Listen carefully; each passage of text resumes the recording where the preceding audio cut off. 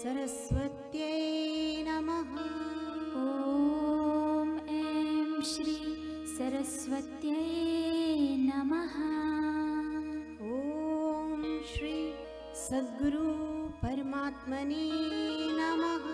ॐ श्री सद्गुरु परमात्मने नमः। ॐ श्री गुरुभ्यो नमः। ॐ श्री गुरुभ्यो नमः। ॐ श्री परम गुरुभ्यो नमः। ॐ श्री परम गुरुभ्यो नमः। ॐ श्री परात्पर गुरुभ्यो नमः। ॐ श्री परात्पर गुरुभ्यो नमः। ॐ श्री परमेष्ठी गुरुभ्यो नमः। ॐ श्री परमेष्ठी गुरुभ्यो नमः। गुरुर्ब्रह्मा गुरुर्विष्णु गुरुर्देवो महेश्वर गुरुर्साक्षात् परब्रह्म तस्मै श्री गुरवे नमः। ध्यानमूलं गुरोर्मूर्ति पूजामूलं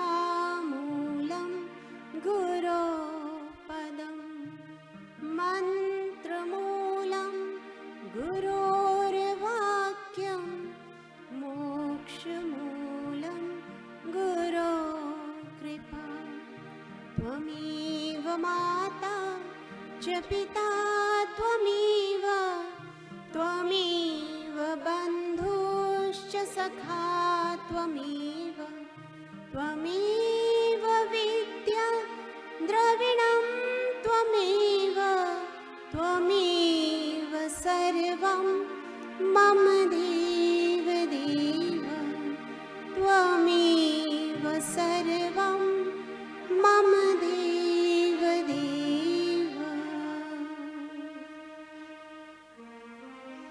नारायण नारायण नारायण। मार्गशीर्ष मास पंचमी तिथि और छत्तीसगढ़ दुर्ग के आप सब गुरु के प्यारे साधकों को गुरुदेव ने सत्संग कार्यक्रम प्रदान किया। आज विशेष दिन है। कहते हैं कि आज के दिन विवाह पंचमी है। भगवान राम जी और सीता जी के विवाह की वर्षगांठ भी है। मार्गशीर्ष मास अपने आप में बहुत ही पवित्रतम मास। कहते हैं कि भगवान श्री कृष्ण ने कहा है कि यदि मासों में मास होने का अवसर मिले तो मैं मार्गशीर्ष मास होऊंगा। और इसलिए इस मास में कहते हैं कि भगवान श्री कृष्ण की भक्ति जो है वो बहुत ही ज़्यादा फलदायी होती है। तो जो लोग केवल एक समय पूजा अर्चना करते हैं उनके लिए विशेष शास्त्रों का निर्देश है कि मार्गशीर्ष मास में प्रातः और सायंकालीन संध्या दोनों में जप ध्यान उपासना करें। और इस मास में ओम नमो भगवते वासुदेवाय मंत्र जो 12 अक्षर का मंत्र है इसका जप करने का विशेष पुण्य बताया गया है। साथ ही साथ कहते हैं कि ओम क्लीं कृष्णाय नमः या कृष्ण कृष्ण कृष्ण नाम का रटन करना भी बहुत ही ज़्यादा पुण्यदायी है। ये मार्गशीर्ष मास इतना विशेष मास है। कहते हैं कि सतयुग का आरंभ इसी मास से हुआ था। और आप और हम सब जानते हैं कि कुछ ही दिनों के बाद गीता जयंती आ रही है। तो मार्गशीर्ष मास ही वह मास है जिसमें कृष्ण भगवान ने पूरे विश्व को अपना अद्वितीय ज्ञान परोसा। और जिस ज्ञान के आगे आज केवल सनातन धर्म के लोग नहीं लेकिन हर धर्म के लोग नतमस्तक हैं। हर धर्म के लोग, संपूर्ण विश्व जो है वो मार्गदर्शन पा रहा है गीता जी के ज्ञान से। तो इसलिए कहते हैं कि ये जो मार्गशीर्ष मास है अपने आप में एक विशेष मास है। और जिसको भी सद्गुरु के श्री चरणों में अपनी भक्ति को बढ़ाना हो तो कहते हैं कि जो गीता जी का 11वां अध्याय है उसका यदि व्यक्ति पाठ करता है नित्य प्रति तो उसकी गुरु भक्ति विशेष तौर से बढ़ती है। साथ में कहा है कि कपूर का दीपक यदि कोई व्यक्ति इस मास में भगवान को रोज नित्य प्रति दिखाता है तो कहते हैं कि उसे अश्वमेघ यज्ञ का पुण्य प्राप्त होता है। तो कपूर की आरती इस मास में विशेष तौर पर सायंकालीन संध्या में तो अवश्य ही करें। और इस मास में विष्णु सहस्र नाम, भगवद गीता और गजेंद्र मोक्ष का पाठ समय निकाल कर एक दिन एक का पाठ किया, एक दिन दूसरे का, एक दिन तीसरे का, इस प्रकार से पुण्य का संचय करने का ये मास है। और कहते हैं कि इस मास में जो भागवत ग्रंथ है यदि किसी के घर में है तो नित्य प्रति उसका दर्शन करने मात्र से आपको ऐसा अलौकिक सुख मिलेगा और उसको प्रणाम करने मात्र से। अब हमारे ऋषि मुनियों की कितनी सूक्ष्म बुद्धि है कि वो किस प्रकार से हम सबको आध्यात्मिक मार्ग पर आगे बढ़ाते हैं। यदि पहली चीज कही कि आपके घर में यदि भागवत है तो नित्य प्रति उसका दर्शन करें, उसे प्रणाम करें। तो जो व्यक्ति रोज भागवत को प्रणाम करेगा तो कुछ दिनों में तो इच्छा उत्पन्न होगी ना कि इसको खोल करके भी देखूं कि इसमें क्या ज्ञानामृत है। और फिर कुछ दिनों के बाद में वो उसको पढ़ना शुरू करेगा और पढ़ना शुरू करेगा तो रस आने लगेगा और रस आने लगेगा तो नित्य प्रभु की लीलाओं का पठन करते करते, उनका चिंतन करते करते उसका व्यवहार भी ईश्वर के गुणों से युक्त होने लग जाएगा। तो सनातन संस्कृति इसीलिए श्रेष्ठतम संस्कृति कही जाती है, क्योंकि बच्चे को कैसे बहला फुसला के चलाना है इसकी अनेक युक्तियां हमारे ऋषि मुनियों ने, हमारे शास्त्रों ने दी हैं। साथ ही साथ कहते हैं कि इस मास में जप, ध्यान, उपासना इसको विशेष महत्व दें। समय निकाल करके बैठे अपने गुरु मंत्र का जप करने के लिए। और सबसे सरल साधन कहा है कि इस मास में जो भी भगवान के नाम का कीर्तन करता है उसको अमिट पुण्य की प्राप्ति होती है। और आज संयोग से रविवार का दिन सूर्य देव की उपासना का दिन है। और सूर्य भगवान प्रत्यक्ष देव हैं, क्योंकि अन्य देवी देवताओं के दर्शन करने बड़े दुर्लभ होते हैं, लेकिन सूर्य भगवान वो हैं जो नित्य प्रति आप और हम सबको दर्शन प्रदान करते हैं। और इसीलिए कहा कि सूर्य भगवान को जल देना अपने आप में बहुत ही महत्वपूर्ण क्रिया है, क्योंकि सूर्य देव जो हैं वो बुद्धि के देवता हैं, वो स्वास्थ्य के देवता हैं, वो जीवन के देवता हैं। यदि सूर्य नारायण कुछ समय भी ना आए तो आप और हम समझ सकते हैं कि इस पृथ्वी पर क्या हो जाएगा। इसलिए कहते हैं कि सूर्य भगवान की उपासना हर एक व्यक्ति को नित्य प्रति करनी ही चाहिए। एक लोटा जल सूर्य उदय के आधे घंटे के अंदर अंदर सूर्य भगवान को चढ़ाएं और साथ में प्रार्थना करें कि हे सूर्य देव, आप मुझे सद्बुद्धि प्रदान कीजिए, आप मेरी बुद्धि को रित से परिपूर्ण कीजिए, रितंबरा प्रज्ञा बुद्धि मुझे प्रदान कीजिए, ताकि सद्गुरु जो हैं उनका ज्ञान मेरी बुद्धि में स्थित हो, टिके। ऐसी प्रार्थना नित्य प्रति जो भी करता है उस पर सूर्य भगवान की विशेष कृपा होती है। और रविवार के दिन कुछ कार्य हैं जो करने चाहिए और कुछ हैं जो नहीं करने चाहिए। सबसे आसान काम जो ब्रह्म हत्या जैसे पापों से मुक्ति दिलाने वाला है वो है कि बिली पत्र के वृक्ष को एक लोटा जल बहुत ही श्रद्धा पूर्वक चढ़ाएं। मात्र एक लोटा जल बिलीपत्र के वृक्ष की जड़ में चढ़ाने से और ओमकार का जप और साथ में ओम नमः शिवाय का जप करने से ब्रह्म हत्या जैसे पापों से मुक्ति मिलती है। तो हमारे शास्त्र कितनी सरल सरल युक्तियां देते हैं। लेकिन रविवार के दिन तुलसी का पत्ता नहीं तोड़ना चाहिए, रविवार के दिन पीपल के वृक्ष को स्पर्श नहीं करना चाहिए, रविवार के दिन लाल चीज़ें खानी नहीं चाहिए, जैसे लाल भाजी, टमाटर, मसूर की दाल और अदरक का भी सेवन नहीं करना चाहिए। और इस मार्गशीर्ष मास में कहते हैं कि जीरे का प्रयोग नहीं करना चाहिए। जो व्यक्ति जीरे का प्रयोग करता है उसको पेट की तकलीफ़ें हो सकती हैं, तो इसलिए जीरे का परहेज इस मार्गशीर्ष मास में। तो इस प्रकार से हम सब अपनी दिनचर्या को सुव्यवस्थित बनाएं, मार्गशीर्ष मास का भी लाभ लें और रविवार का भी लाभ लें। तो सभी मिलकर के भगवान नाम संकीर्तन बड़े ही प्रेम से करेंगे। कहते हैं कि कलयुग केवल नाम आधारा, जपत नर उतरहि सिंधु पारा। अर्थात भव सिंधु से पार करने का सामर्थ्य जिसमें है वो केवल प्रभु का नाम है। तो सभी प्रेम के साथ में करेंगे। श्री राम जय जय राम, श्री राम जय जय राम, श्री राम जय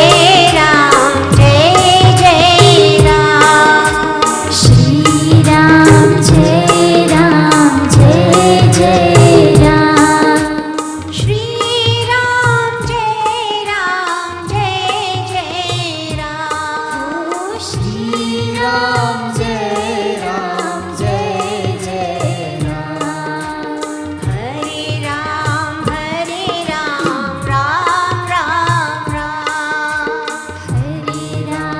हरे राम राम राम राम, हरे कृष्णा कृष्णा कृष्णा राम, हरे कृष्णा कृष्णा कृष्णा राम, श्री राम जय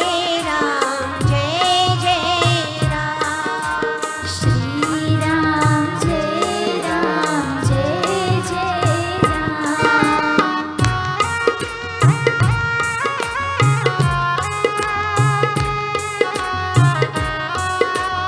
कहते हैं कि भगवान नाम कीर्तन में भगवान के नाम की ताली जरूर बजानी चाहिए। जिसके भी हाथों में कलयुग का वास होता है वही भगवान नाम कीर्तन में ताली नहीं बजा पाता। और यहाँ तो सब सतगुरुदेव के प्यारे बैठे हैं, सभी बड़े प्रेम के साथ। और आज राम और सीता जी के विवाह का पावन दिवस सबके लिए मंगलकारी परम पर्व है।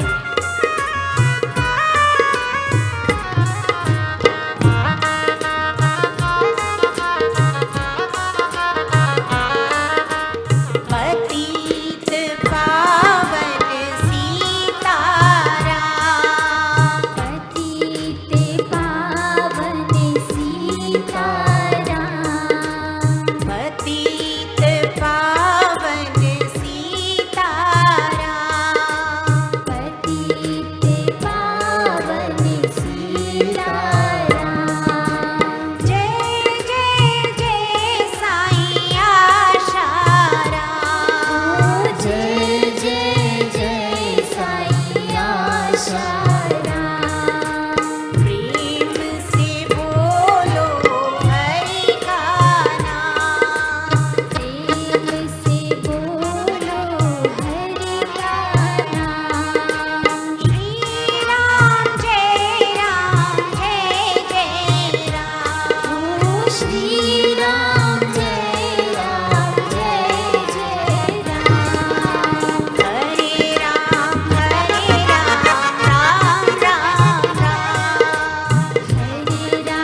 हरे राम राम राम, हरे कृष्णा कृष्णा कृष्णा राम, हरे कृष्णा कृष्णा कृष्णा राम,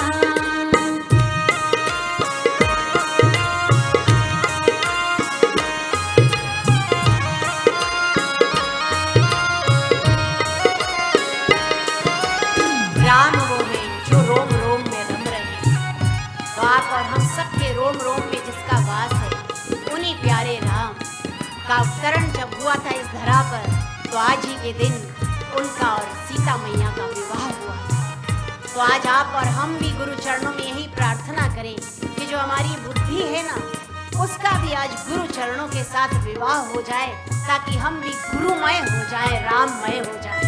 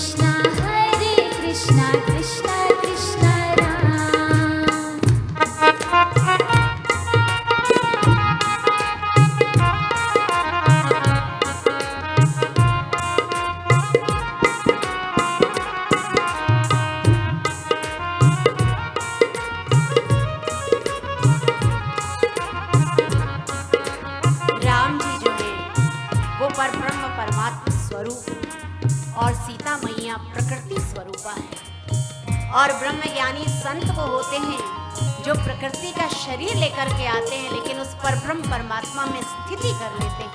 तो आज हम सब गुरु चरणों में यही प्रार्थना करें कि गुरुदेव बस अपने श्री चरणों की भक्ति दो, प्रीति दो, कि हम भी अपने उसी गुरु तत्व में स्थिति कर पाए।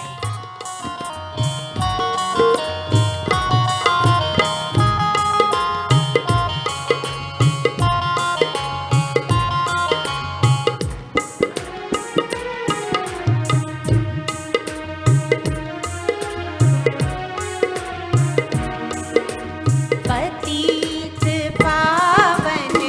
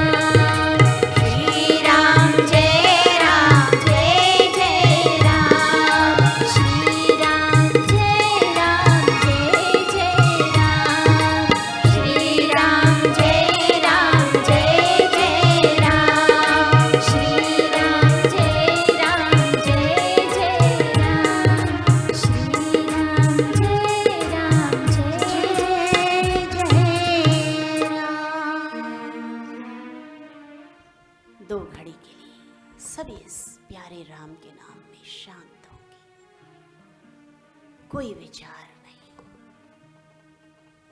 कहीं पर भी मन न जाए, एकदम शांत। अपने आज्ञा चक्र पर या कंठकूप पर या हृदय मंदिर में अपने प्यारे सद्गुरुदेव की पावन छवि को निहारते जाए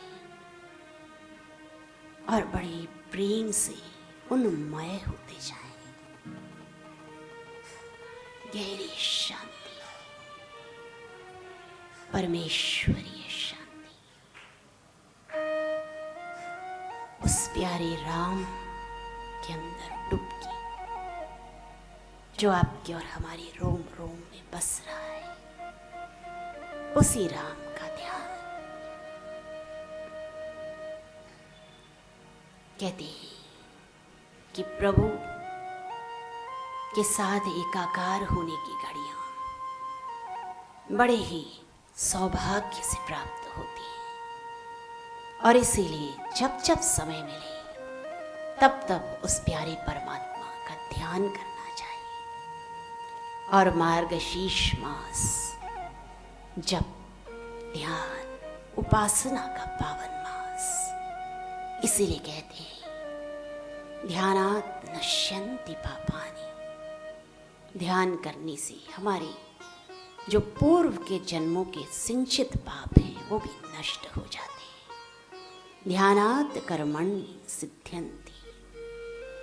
ध्यान जो है हमारे कर्म को सिद्धि प्रदान करता है। जो ध्यान करता है उसका चित्त शांत रहता है और शांत चित्त से वही क्रियाएं होती हैं जो प्रभु को प्रिय होती हैं। इसलिए कहा ध्यानात् कर्माणि सिद्ध्यन्ति, ध्यानात् तुष्यते हरि।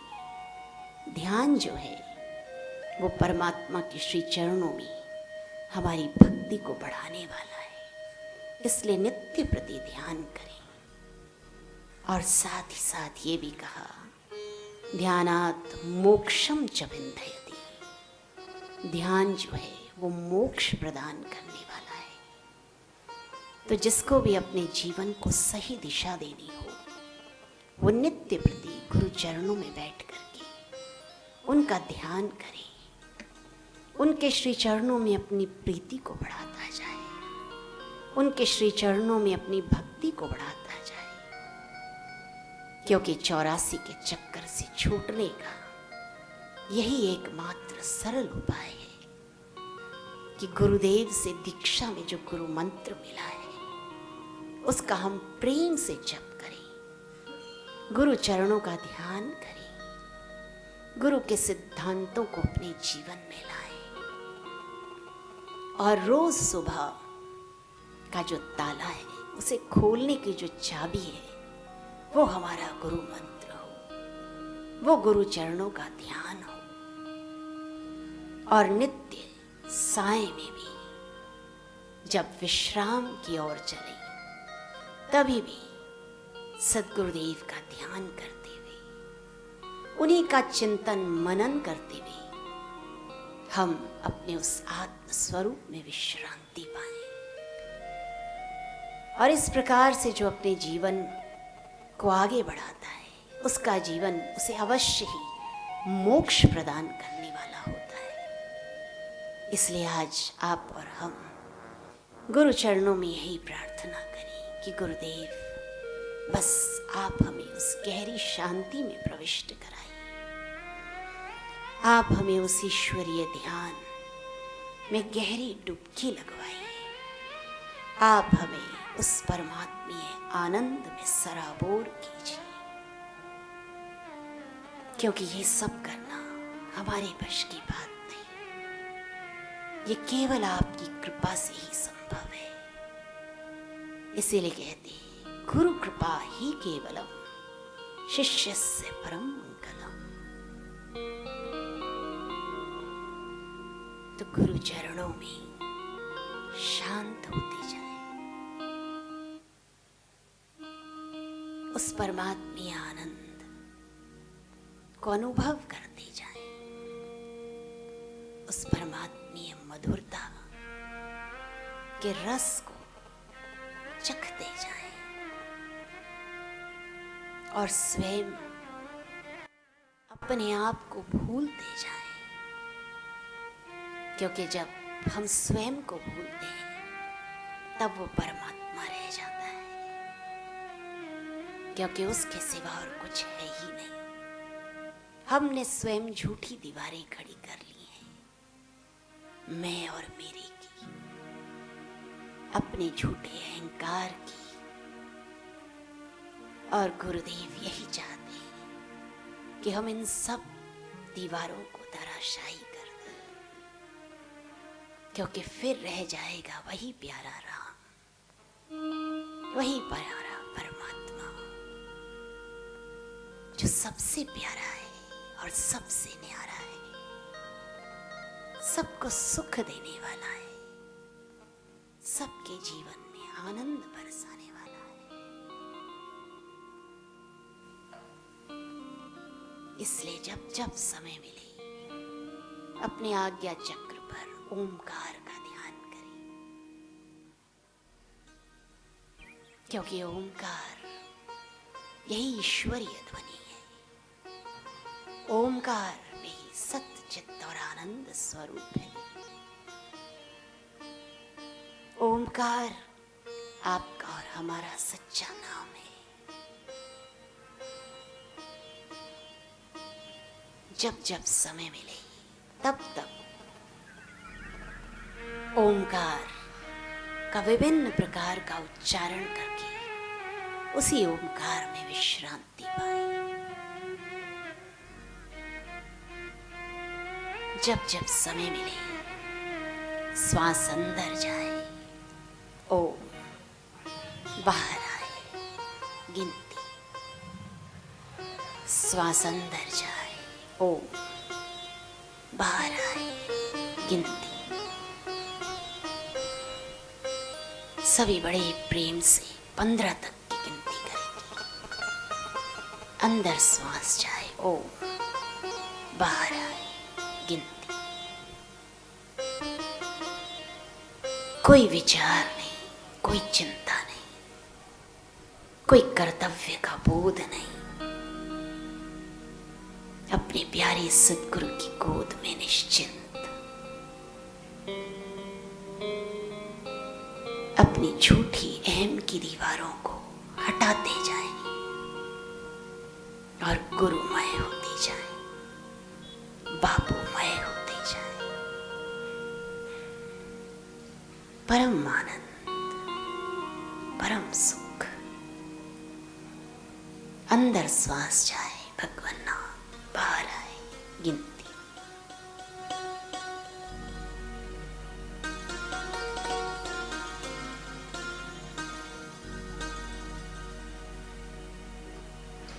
दुर्लभ मानुष तन मिला ही भगवान नाम जप के लिए।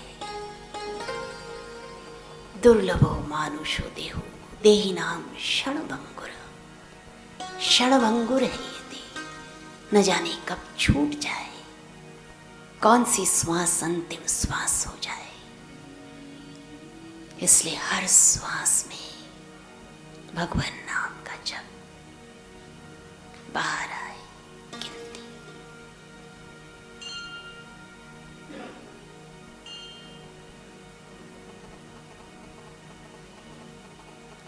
माला श्वासोश्वास की भगत जगत के बीच, जो फेरे सो गुरुमुखी, ना फेरे सो नीच।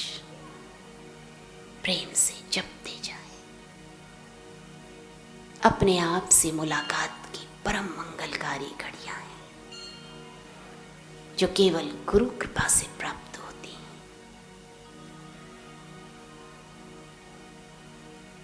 केवल आप और सद्गुरुदेव, तीसरा कोई नहीं। आंखें खुली हों तो गुरुदेव को प्रेम से निहारें, नहीं तो आंखें बंद कर कर आज्ञा चक्र पर या कंठकूप पर या हृदय में गुरुदेव की पावन छवि को निहारते जाएं।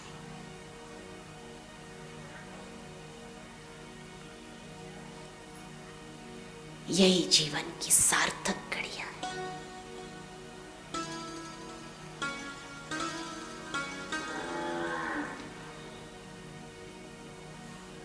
शांत होते जाएं। गिनती पूरी हो गई हो तो हम कुछ भी ना करें, केवल उस परमात्मा में विश्रांति। हृदय कमल खिला हुआ हो, प्रसन्न चित्त, आनंदित।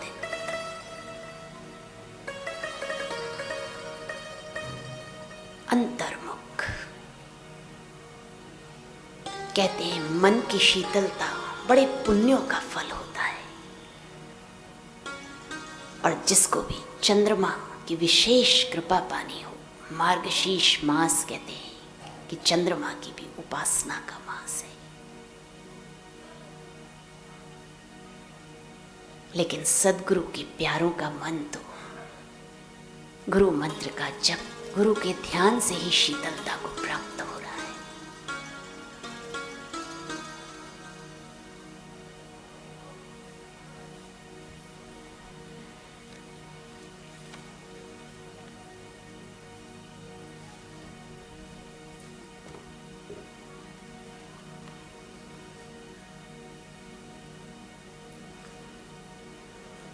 सभी दोनों हाथों की हथेलियों को रगड़ेंगे। मम आरोग्य शक्ति जाग्रय जाग्रय, मम आरोग्य शक्ति जाग्रय जाग्रय, मम आरोग्य शक्ति जाग्रय जाग्रय। नेत्रों पर लगा लें और शरीर में जहां भी कष्ट पीड़ा हो वहां पर लगा लें। फिर से एक बार रगड़ेंगे। मम नेत्र ज्योति वर्धय वर्धय, मम आरोग्य शक्ति जाग्रय जाग्रय, मम नेत्र ज्योति वर्धय वर्धय। लगा लें आंखों पर।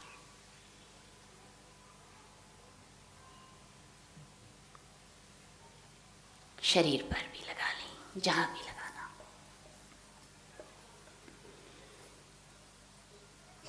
तिब्बत में करीब 450 वर्ष पूर्व एक बालक का जन्म हुआ था। उसका नाम रखा गया मिलारेपा। बालक का जन्म हुआ, लेकिन 7 वर्ष का बालक हुआ तभी पिता का शरीर शांत हो गया। माँ और बहन रह गए और ये नन्हा सा बालक। जैसे संसार में अक्सर देखा गया है, ऐसे ही इनके साथ भी हुआ। सारी संपत्ति को रिश्तेदारों ने हड़प लिया, बुआ ने, चाचा ने, और माँ जो थी उसके ऊपर सारा बोझ आ गया इन दोनों भाई बहनों को पालने का। किसी तरह से वो जीवन यापन कर रही थी और इनके पालन पोषण कर रही थी। एक दिन ये बालक मिलारेपा कुछ गुनगुनाता हुआ, दौड़ता हुआ आया, जैसे छोटे बच्चे होते हैं। तब तक इसकी आयु 14 वर्ष की हो गई थी। माँ इतना दुख सहते सहते अधीर हो चली थी। माँ ने अंदर से इसके गुनगुनाने की आवाज़ सुनी, एक मुट्ठी राख ली और एक हाथ में डंडा लिया और बाहर आई और इस बच्चे के मुंह पर राख की मुट्ठी दे मारी और डंडे से इसकी पिटाई करने लगी कि 14 साल का हो गया, इतना बड़ा हो गया, एहसास नहीं है कि मेरे जीवन में कितने कष्ट हैं, कितना दुख दिया है रिश्तेदारों ने, और तुझे बस गाने से फुर्सत नहीं है। कुछ ऐसा कर कि उन लोगों को सबक मिले, पता चले उनको भी कि मेरा भी कोई पुत्र है, मेरा भी कोई रक्षक है। बच्चे के हृदय को चोट कर गए ये शब्द। बच्चे ने ठान ली कि अब मैं कुछ ऐसा ज़रूर करूँगा जिससे कि मेरी माँ को शांति मिले। निकल पड़ा घर से और तंत्र विद्या सीखने के लिए चल पड़ा। तंत्र विद्या सीखी और साथ साथ में उसने अपनी हिम वर्षा करने की भी विद्या सीखी। जब तंत्र विद्या उसने सीख ली, आकर के उसने अपने रिश्तेदारों पर प्रयोग किया क्योंकि माँ के वचन याद थे कि कुछ ऐसा कर कि इनको सबक मिले, इन्हें पता चले कि मेरा भी रक्षक है।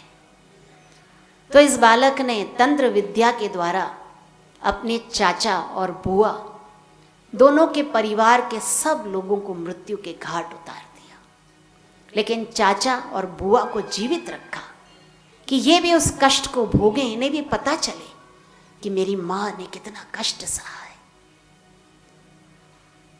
लेकिन कुछ समय बीता और इस बालक को धीरे धीरे पश्चाताप होने लगा कि आखिर कब तक मैं इस मनुष्य जन्म को इस प्रकार से बिताऊंगा। तो एक दिन ये चलता हुआ जा रहा था और अचानक से एक लामा से इसकी भेंट हुई।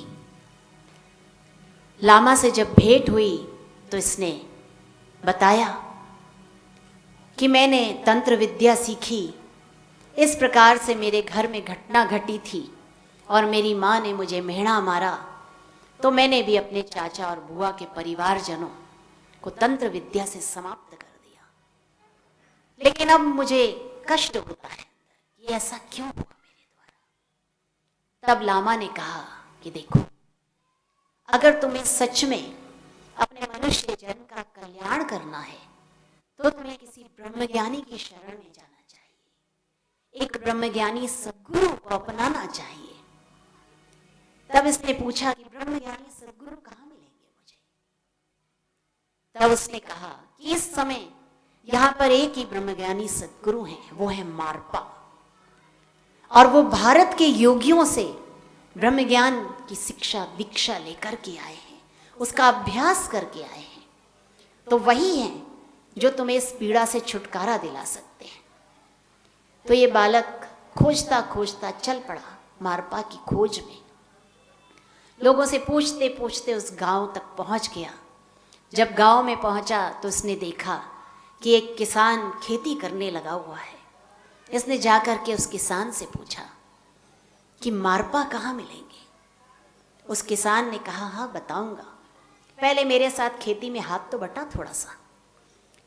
तो जिज्ञासु था और तड़प थी अंदर, पश्चाताप था, लग गया उसके साथ, किसान के साथ में खेती करने के लिए। कुछ समय बीता, फिर कुछ दिन बीते। तो एक दिन फिर से इसने कहा कि आप बताइए ना मुझे कि मारपा कहाँ है। इतने दिनों में उस किसान ने परख लिया था कि बड़ा दृढ़ निश्चयी है, बड़ा हिम्मतवान है, जो ठान लेता है उसको करके ही रहता है। और इतने दिनों में वार्ता में ये भी जान लिया था कि तांत्रिक के पास तंत्र विद्या सीखी थी और तांत्रिक गुरु को कैसे रिझाया था। तो शरणागति स्वीकारने की भी योग्यता है, लगन भी है। तब उन्होंने कहा कि मैं ही मार पाऊं। अब इस बालक ने तुरंत दंडवत प्रणाम किया उनको। चेहरे पर कोई शिकन नहीं थी, शिकायत नहीं थी कि इतने दिनों से मैं आपके पास हूं, आपने क्यों नहीं बताया कि मैं मार पाऊं। लेकिन श्रद्धा थी आंखों में और पश्चाताप भी था आंखों में। तो जैसे ही प्रणाम किया और बड़ा भावुक हो गया और हाथ जोड़ करके प्रार्थना करने लगा कि गुरुदेव, मुझे बस आप ज्ञान दीजिए, मैं आपसे ज्ञान चाहता हूं। जैसे ही इसने प्रार्थना की और उसके नेत्रों के पश्चाताप को मारपा ने पढ़ा, तो उन्होंने कहा, ठीक है, तुम यहां पर सेवा करो, जो जो सेवा बताता जाऊं करते जाना। तो ये बालक जो था तैयार हो गया सेवा करने के लिए। कुछ महीने बीते सेवा करते करते। तब इस बालक ने फिर पूछा कि गुरुदेव, ज्ञान कब देंगे आप मुझे। तब उन्होंने कहा, अच्छा ज्ञान चाहिए तुझे, ठीक है, तो उसके लिए एक काम कर दो, एक मेरे पुत्र के लिए मकान बना। तो उसने कहा कि किस प्रकार का मकान। तो उन्होंने कहा, पूर्वमुखी गोलाकार मकान बना, लेकिन शर्त यह है कि किसी दूसरे की मदद नहीं लेनी है। उसमें जो भी सामान लगेगा वो तुझे स्वयं लेकर के आना है, लकड़ी हो, पत्थर हो, कुछ भी हो, अब इस बालक ने ठीक से समझ लिया, खुद ही जंगल में जाता, लकड़ियां काट करके लेकर के आता, भारी भारी वृक्ष किसी भी प्रकार से खींच करके छोटे टुकड़े बना करके, और उसने मकान बनाना शुरू किया। मकान बनाने के लिए कहा था कि गोलाकार मकान बनाना। जब तक ये मकान आधा पूरा हुआ, गुरुजी आए, देखा ये कोई मकान बनाया तूने, ऐसा होता है क्या मकान? झिड़क दिया, बोले नहीं नहीं, तोड़ दे इसको, जहां जहां से लकड़ियां लाया तो वहीं वापस रख कर गया। इस बालक ने मकान को तोड़ दिया, लकड़ियां जहां से लाया था वहीं रख करके आया। फिर गुरुजी ने फिर से आज्ञा की, अब की बार कहा कि अब तुम पश्चिम की तरफ पे अर्धचंद्राकार मकान बनाओ। ये बालक पूरे उत्साह से फिर से लग गया अर्धचंद्राकार मकान बनाने। अब आप समझ सकते हैं कि अकेले किसी को मकान बनाना हो तो कितना समय लगता है। इस प्रकार से महीनों बीते, फिर वर्ष बीतने लगे। फिर से ये मकान आधा जितना बना। गुरुजी आए, फिर से देखा, बोले अक्ल नहीं है क्या, ऐसा मकान बनता है क्या, इसमें मेरा पुत्र रहेगा, तोड़ दे इसको। और गुरुजी ने फिर से उसे लगा दिया तोड़ने के लिए, और बोले पत्थर जहां जहां से लाया था वहीं रख करके आना, लकड़ियां जहां जहां से लाया था वहीं रख करके आना। एकदम कठोर व्यवहार सतगुरु का, लेकिन शिष्य के चेहरे पर एक शिकन नहीं, कोई शिकायत नहीं, उतनी ही लगन, उतनी ही तत्परता। गुरु ने फिर नई जगह दिखाई और बोले कि चल अब तू यहां बना मकान, और इस बार त्रिकोणाकार मकान बनाना। ये फिर से पूरे उत्साह के साथ लग गया, पत्थर लेकर के आया, लकड़ियां लेकर के आया, गारा बनाता, पत्थरों को जोड़ता, दीवारें खड़ी करने लगा, और इतना ध्यान, इतनी सतर्कता पूर्वक कि जरा सी कमी ना रह जाए इस मकान में। इस बार तो मेरे गुरुजी को मेरा बनाया हुआ मकान पसंद आ जाए। पूरी मेहनत से, लगन से लगा था, लेकिन गुरुजी फिर आए, फिर देखा, बोले ये कोई मकान है, तेरे को मकान बनाना नहीं आया, इतना समय हो गया, इसकी मैपाइश कैसी है, ठीक से क्यों नहीं करता है, कहाँ है तेरा ध्यान, एकाग्रता कहाँ है तेरी। खूब डांट लगाई और फिर एक टेकरी पर ले गए, बोले अब तू यहां पर मकान बना। फिर से शिष्य लग गया और टेकरी पर क्या कहा कि 9 खंभों का मकान बनाना, और वो जो मकान हो वो चौरस होना चाहिए। इसने अपनी बुद्धि का उपयोग किया, गुरुदेव के श्री चित्र के आगे बैठकर उन्हीं से प्रेरणा पाई और मकान बनाना शुरू किया। इतना सुंदर, इतना व्यवस्थित मकान बना रहा था वो कि जो भी देखे तो उसमें एक कमी ना निकाल पाए। लेकिन सद्गुरु जो होते हैं ना, उनकी हर क्रिया शिष्य की उन्नति के लिए होती है, चाहे वो कठोरता पूर्ण हो, चाहे वो प्रेम पूर्ण हो। आए गुरुदेव, देखा मकान को, फिर से बोले तोड़ दे इसको, ये किसी काम का नहीं है। और शिष्य का धैर्य कितना कि कभी भी एक प्रश्न नहीं पूछा कि गुरुदेव क्या कमी है, कभी भी मुंह नहीं बनाया, कभी भी गुरु से मुंह फेरा नहीं। अब गुरुदेव ने उसके पास ही टेकरी पर दूसरा मकान बनाने को कहा। बोले अब 12 खंभों का मकान बनाना, और 12 खंभों का मकान इतना व्यवस्थित होना चाहिए कि एक भी कमी ना रह जाए। फिर से मिलारेपा बैठा गुरुदेव की मूर्ति के सामने, ध्यान किया, प्रेरणा पाई, अंदर अंदर गुरु चरणों में गुरुदेव से ही प्रार्थना थी कि गुरुदेव इस बार तो ऐसा मकान बनवा दो कि मेरी सेवा आपको पसंद आ जाए। उसने मकान बनाना आरंभ किया। जैसे ही मकान पूर्णता की तरफ जा रहा था, गुरुदेव आए। अब इसने सोचा इस बार तो मैंने एक भी कमी नहीं रखी है, गुरु बड़े प्रसन्न हो जाएंगे। दौड़ता हुआ गया, गुरु के चरणों में बैठा, प्रणाम किया और गुरुदेव से हाथ जोड़ करके कहने लगा, गुरुदेव अब तो आप मुझे ज्ञान दीजिए ना। गुरु ने कहा, अच्छा ज्ञान चाहिए, चल पहले देखो तो सही मकान कैसा बनाया तुमने। गए, मकान को देखा और मारपा ने कुछ देखा नहीं, सोचा नहीं, मिलारेपा को बाहर से पकड़ा, घसीटते हुए ले गए, लातों से उसे पिटाई करने लगे। इसको समझ नहीं आया कि आखिर क्या।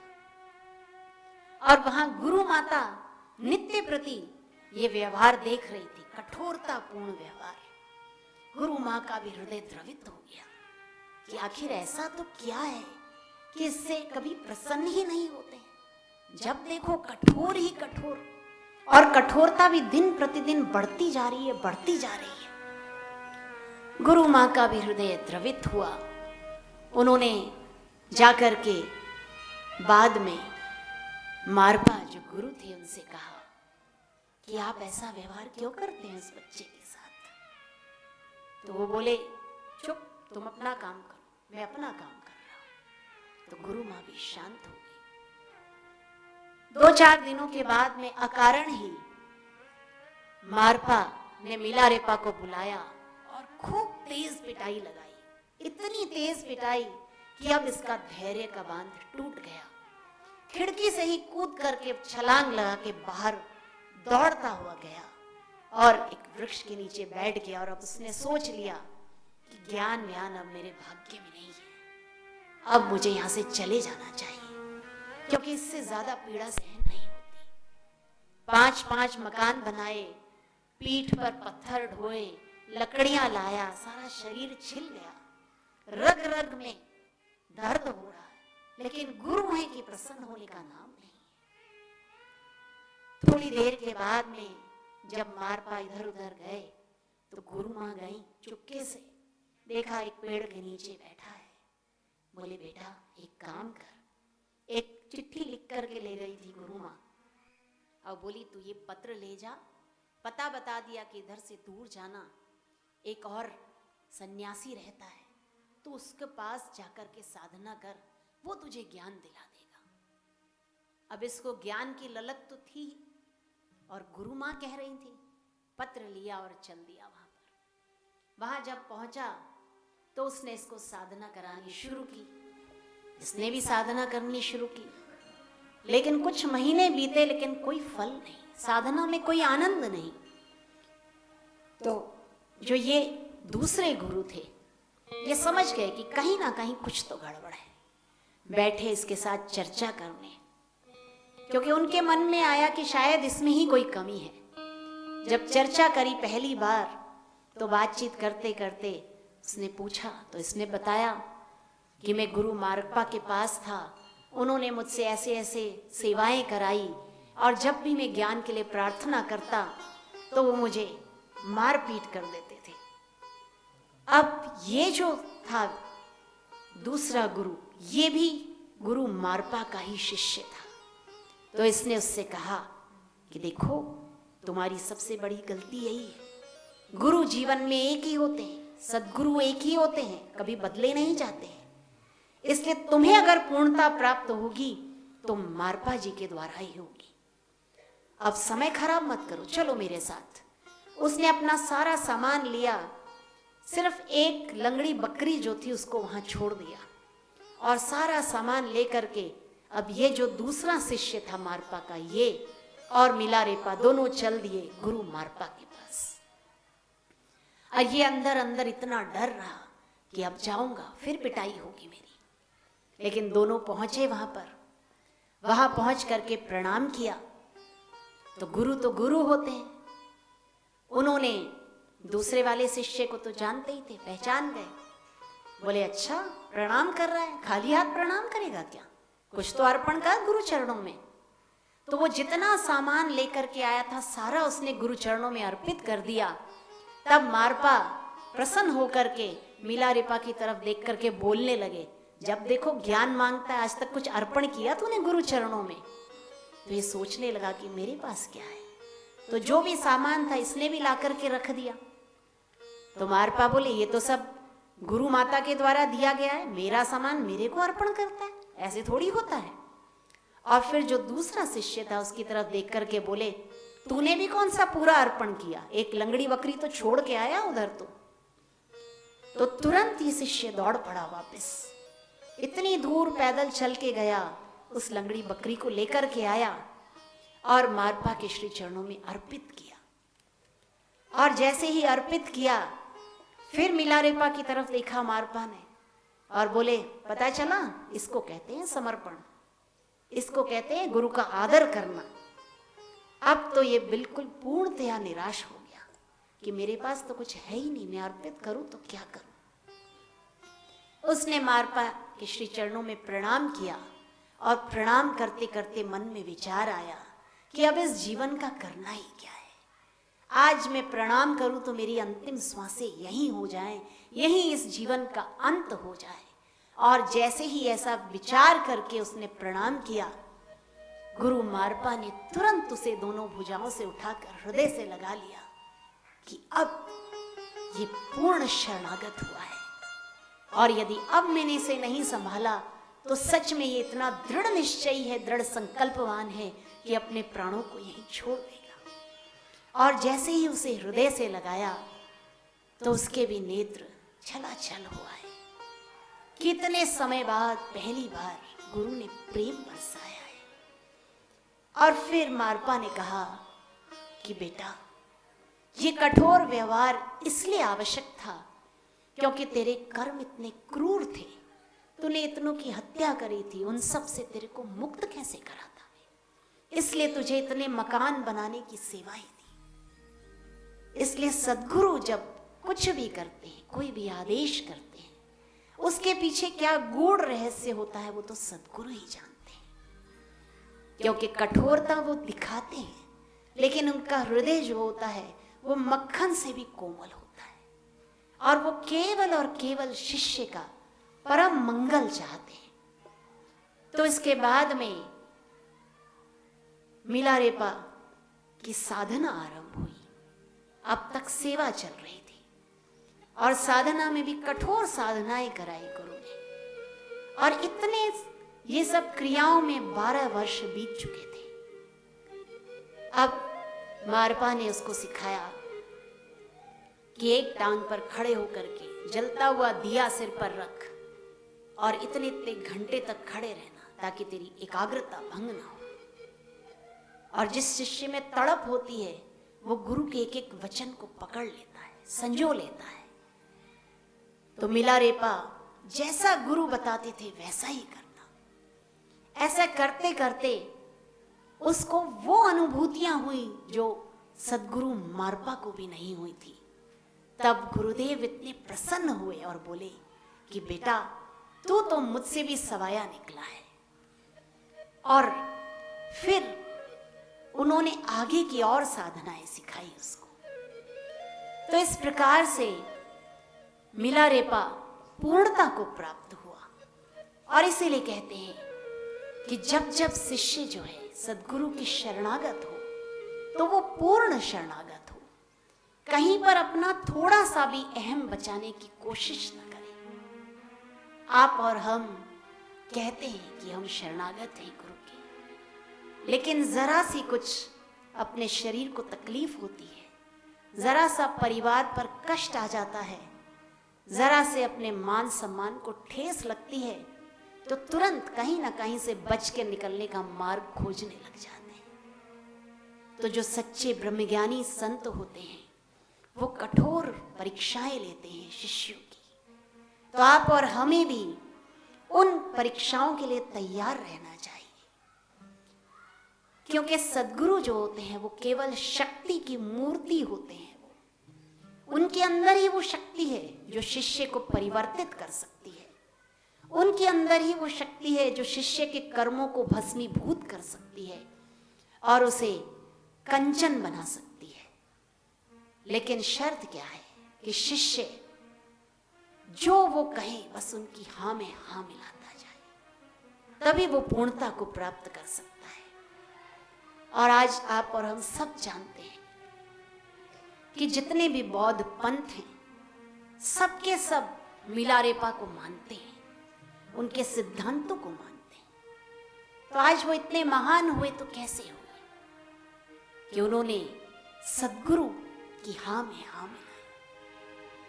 तो आज आप और हम कई बार आपस में मिलते हैं तो चर्चा करते हैं, कहते हैं कि कितना कठिन समय चल रहा है, गुरुदेव कब आएंगे, हम सब कब तक ये पीड़ा सहेंगे।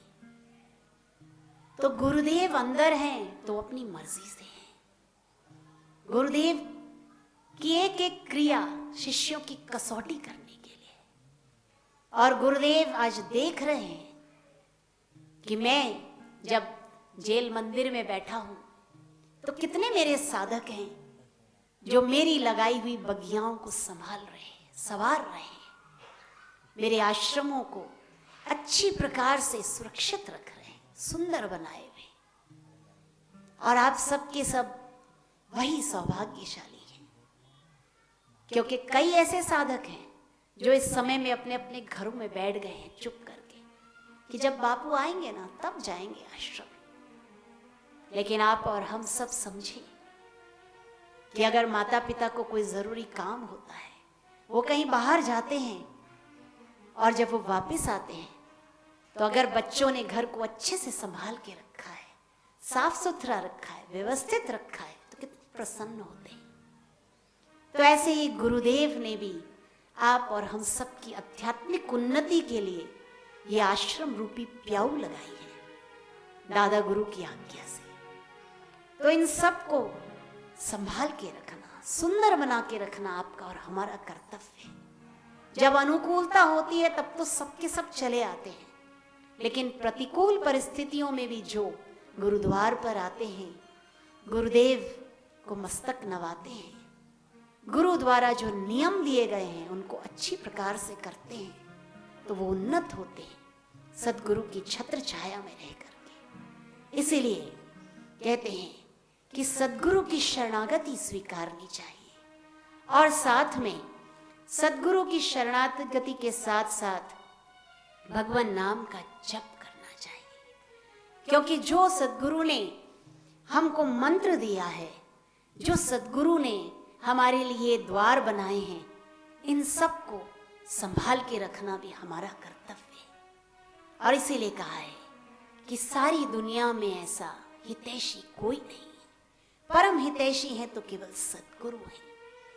तो इसलिए जब वो कठोर व्यवहार करें तभी भी हम गलती से भी उनमें दोष दृष्टि ना करें, और जब वो प्रेम पूर्ण व्यवहार करें तो उनकी कृपा समझ करके कभी भी अहम न फूले।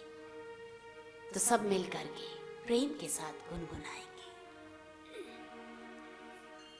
सारी दुनिया में ऐसा हितैषी कोई नहीं है, गुरु दरबार जैसा कोई दरबार नहीं है। सारी दुनिया में ऐसा हितैषी कोई नहीं है, गुरु दरबार जैसा कोई दरबार नहीं है।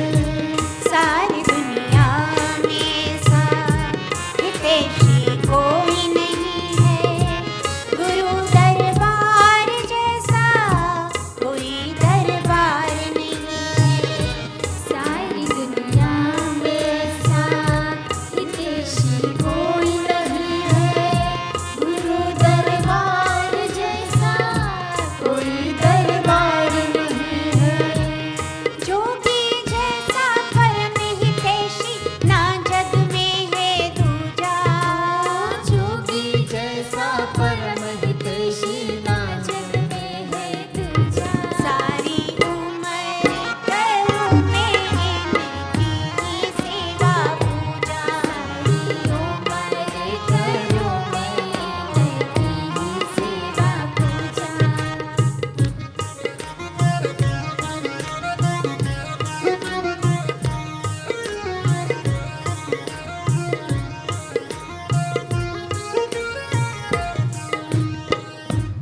सदगुरु जो है उनके द्वार पर जो भी कोई आता है उसको ही सच्ची शांति मिलती है, क्योंकि संसारी जो चीजें हैं ना वो तो थोड़े समय के लिए सुख शांति प्रदान करती हैं और उसके बाद वो शांति चली जाती है, लेकिन स्थायी शांति, शाश्वत शांति जो है वो गुरु कृपा से ही मिलती है।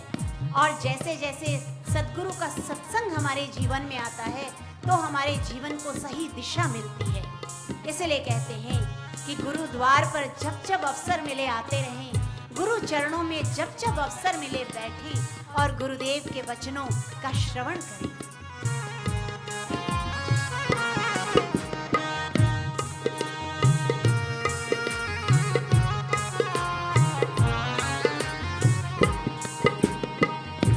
इनके दर पे जो आता वो सच्ची शांति पाता, ज्ञान बापू का सुनकर जीव निर्भय हो जाता। इनके दर पे जो आता वो सच्ची शांति पाता, ज्ञान बापू का सुनकर जीव निर्भय हो जाता। सच्ची निर्मलता तो इनके सत्संग से ही मिलती, सच्ची निर्मलता तो इनके सत्संग से ही मिलती। बापू जब भी दर्शन देते सबके दिल की कलियां खिलती। बापू जब भी दर्शन देते सबके दिल की कलियां खिलती।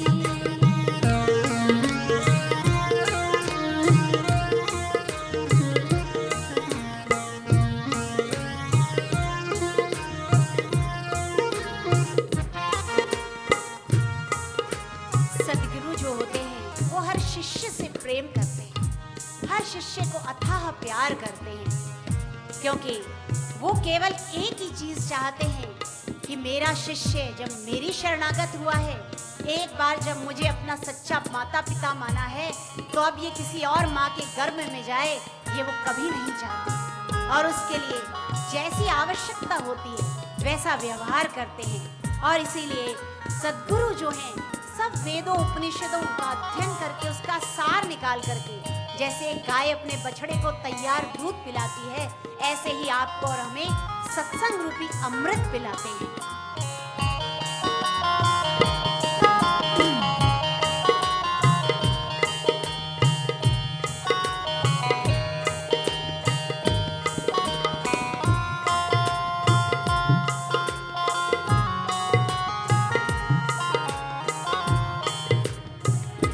प्यार करते हैं सबको, पार करते हैं सबको, सारे वेदों का बापू सार देते हैं सबको। प्यार करते हैं सबको, पार करते हैं सबको, सारे वेदों का बापू सार देते हैं सबको। वेदों ग्रंथों ने श्रुतियों ने जो कुछ भी है बताया, वेदों ग्रंथों ने श्रुतियों ने जो कुछ भी है बताया, उसका सार सहजता से ही बापू ने है समझाया। उसका सार सहजता से ही बापू ने है समझाया।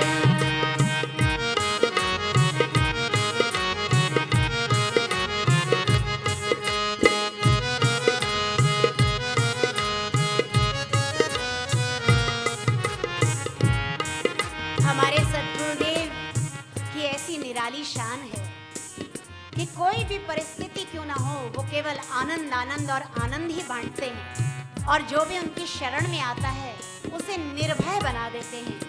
इसलिए कहते हैं कि जोगी की महिमा गाना किसी के बस की बात नहीं है।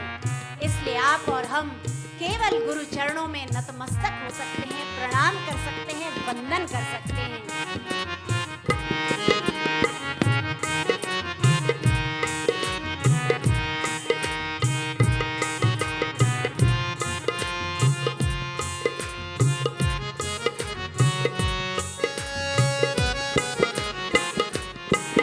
शान बापू की निराली, यहाँ है सदा दिवाली, सदा आनंद ही बांटे, न जाए कोई खाली।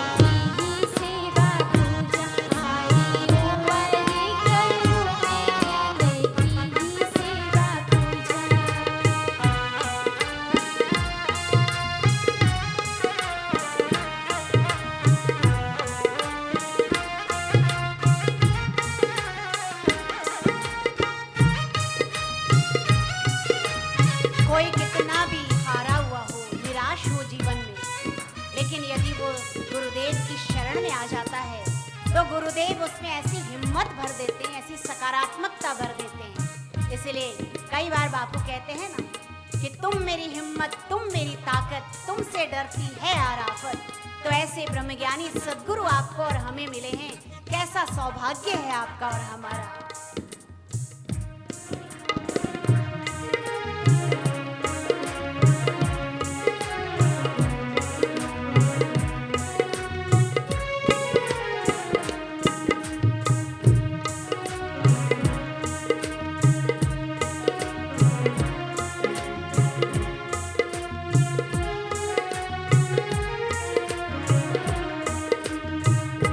शक्ति का पुंज है ये, भरे हैं सब में साहस।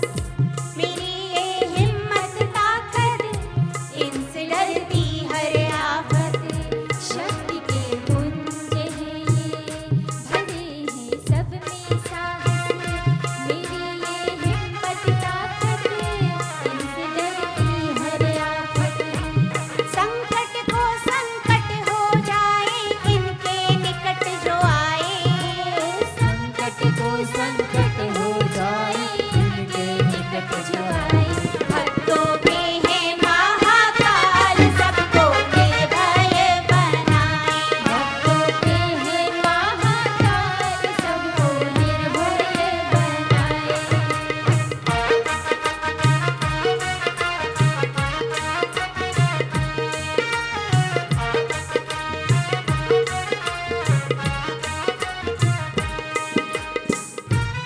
गुरुदेव ने स्वयं व्यासपीठ से एक बार कहा था कि ये मेरा 17वां अवतार है। कभी मैं राम रूप में आया, कभी कृष्ण रूप में आया, अनेक रूपों में मैं अवतरित होता रहा हूँ। तो इसीलिए आप और हम जो हैं गुरुदेव के श्री चरणों में कोटि कोटि वंदन करें, अपने आप को धन्य धन्य महसूस करें। क्योंकि गुरुदेव जब से हमारे जीवन में आए तब तो हमारे जीवन में भक्ति आई, तब तो हमारे जीवन में सच्चा जीवन आरंभ हुआ है, शाश्वत सुख आया है। इसीलिए कहते हैं कि दुनिया में यदि किसी को खोजना है तो केवल सद्गुरु को खोजें, और वो भी हमारी ताकत नहीं, गुरुदेव हैं जिन्होंने आप और हमको गलियों से, गांवों से, शहरों से चुन चुन कर अपनी शरणागति प्रदान कर दी है।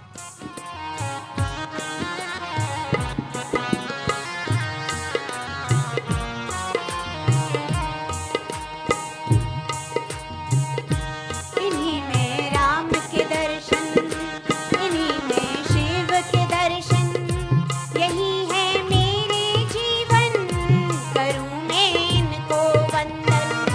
इन्हीं में राम के दर्शन, इन्हीं में शिव के दर्शन, यही है मेरे जीवन, करूं मैं इनको वंदन। सारी दुनिया में खोजो, कोई मिल ना पावे ऐसा। सारी दुनिया में खोजो, कोई मिलता कहता ऐसा। भक्ति ज्ञान का खजाना मेरे बापू देते जैसा। ज्ञान का खजाना मेरे जोगी देते जैसा।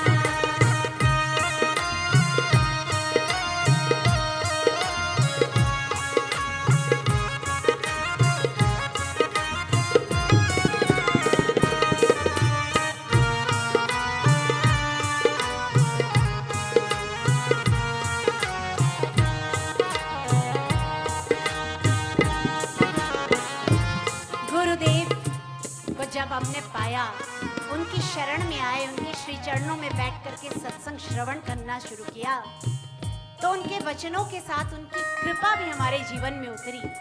और इसीलिए कहते हैं कि ब्रह्मज्ञानी की दृष्टि अमृत वर्षी होती है। और उस अमृत वर्षा में आप और हम कितनी बार हमने अमृत वर्षा में स्नान करने का आनंद पाया है। तो उन सद्गुरु के चरणों में एक ही प्रार्थना कि गुरुदेव बस शीघ्र अति शीघ्र आकर के इस व्यासपीठ पर आप विराजमान होइए। हम सबको फिर से वही पुराने दिन हमारे लौट आइए।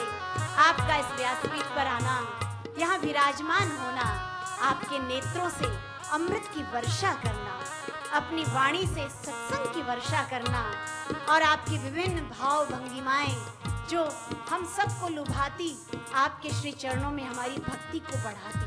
तो बस हम आपसे आपको ही मांगते हैं गुरुदेव, और कुछ भी नहीं चाहते।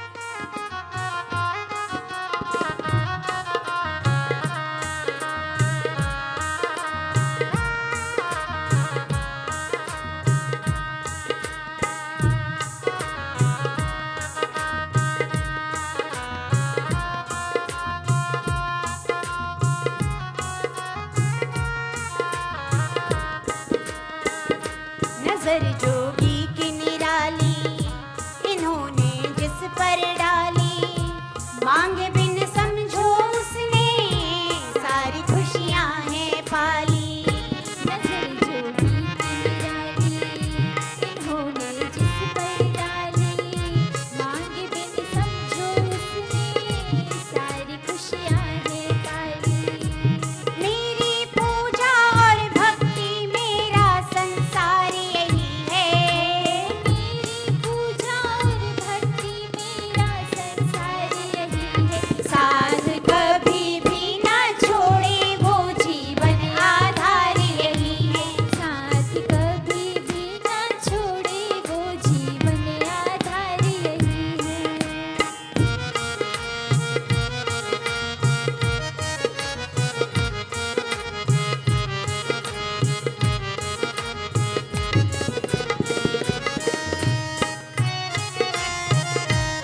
आप और हम याद करें, गुरु शरण में आने से पहले जीवन कैसा था, और जब गुरुदेव हमारे जीवन में आए तो जीवन कितना सुहाना हो गया है।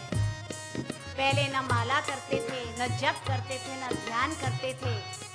जैसा आया थोड़ी बहुत आरती कर ली, पूजा कर ली, इतना ही तो आता था। कहाँ सत्संग था हमारे जीवन में।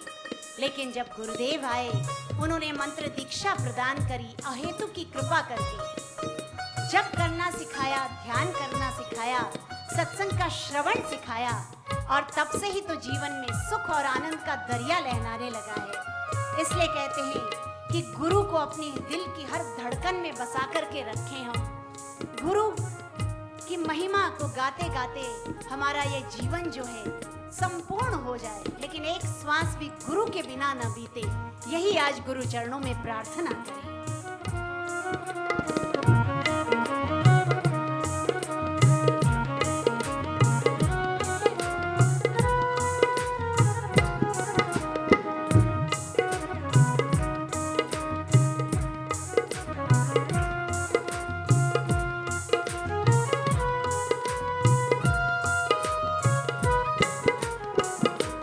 इनको पाया है जब से, जुड़ गए हम हैं रब से। इनका दर्जा तो दिल में ऊंचा है सारे जग से। इनको पाया है जब से, जुड़ गए हम हैं रब से। इनका दर्जा तो दिल में ऊंचा है सारे जग में। यही धड़कन यही दिल है, इनसे ही चलती सांसें। ओ यही धड़कन यही दिल है, इनसे ही चलती सांसें। मेरा हर पल इन्हीं से है, इनसे ही दिन और रातें। मेरा हर पल इन्हीं से, इनसे ही दिन और रातें। सारी दुनिया में हितैषी कोई नहीं है, गुरु दरबार जैसा कोई दरबार नहीं है। सारी दुनिया में सा हितैषी कोई नहीं है, गुरु दरबार जैसा कोई दरबार नहीं है। सारी दुनिया में हितैषी कोई नहीं है, गुरु दरबार जैसा कोई दरबार नहीं है।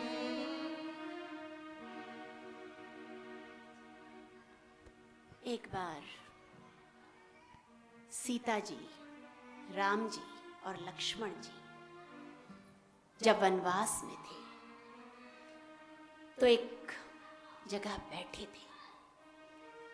लक्ष्मण जी फल और पुष्प लाने के लिए गए